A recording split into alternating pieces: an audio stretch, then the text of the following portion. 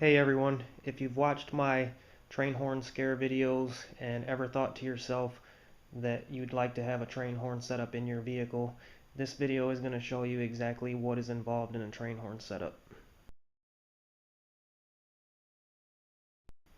Most importantly in your setup is your horn. This is a Nathan Air Chime K3.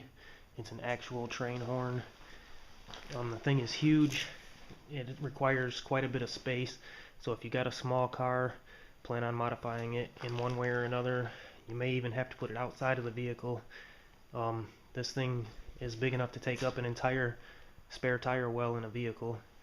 If you got a chrome train horn or your train horns are made out of plastic, it's not real. The real ones are really heavy, and like I said, they will say Nathan Air Chime right on them. I know it's upside down, but it's right there. There's your horn.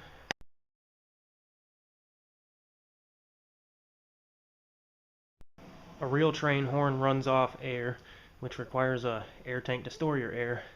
What I use is a typical air ride tank. This one happens to be 8 port. By port I mean the holes, which give you options to run different things off of your tank. With a train horn, you're only going to need a few of these ports. You're going to need one for your air line to come in. You have a pressure switch which controls your compressor. Basically everything else is plugged.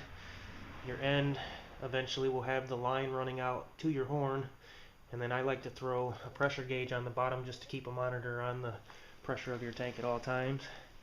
Once it's plugged up and hardwired, it's ready to go.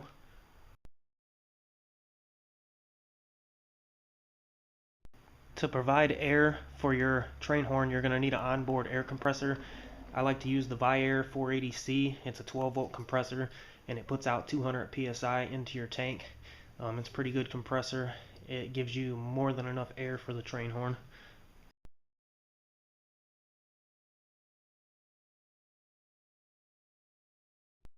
To release the air into your train horn, you're going to need a valve. I use a SMC 3/8 valve. Basically, this is a 12-volt valve that hooks to a switch.